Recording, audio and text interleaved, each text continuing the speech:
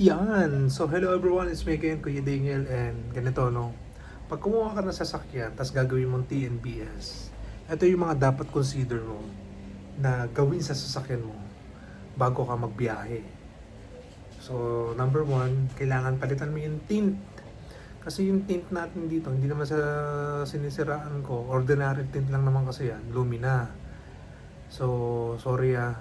So, palitan natin ng mas mataas na grade na mas mataas yung heat rejection. Yun lang naman ang purpose. Kaya, kailangan na taasan natin. Although yung Lumina, alam ko, meron silang binibentang product na mataas ang yung radiation block,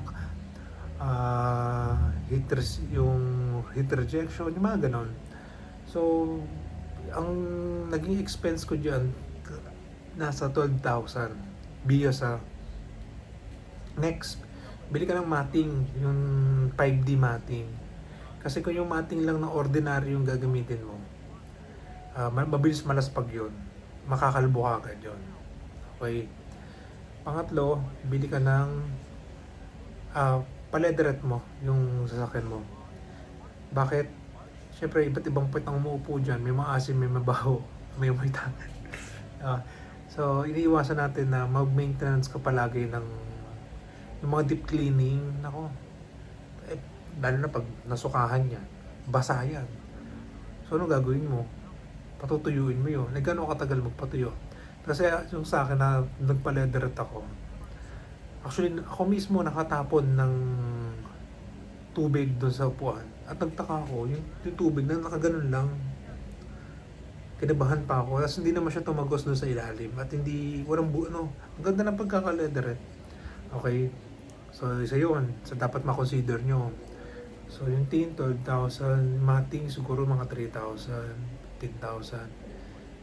Tapos, 12,000 sa seat cover. O, leatherette. So, mga kulang-kulang 30. So, meron pa nabibili sa Shopee. Bilhin nyo na rin to. Yung sa pintuan na kapag sinasarado, at least hindi ganun kalakas yung impact na mabibingi ka. May mga paserong irresponsable at wala tayong magagawa roon. Tapos, isa na rin sa i-invest mo yung tapunan ng basura na maliit, na maglagay ka na lang sa ng note sa likod ng upuan mo na may basurahan po tayo dito na lang po itapon. Okay, may mga irresponsible kasi na mga pasahero na gano'n.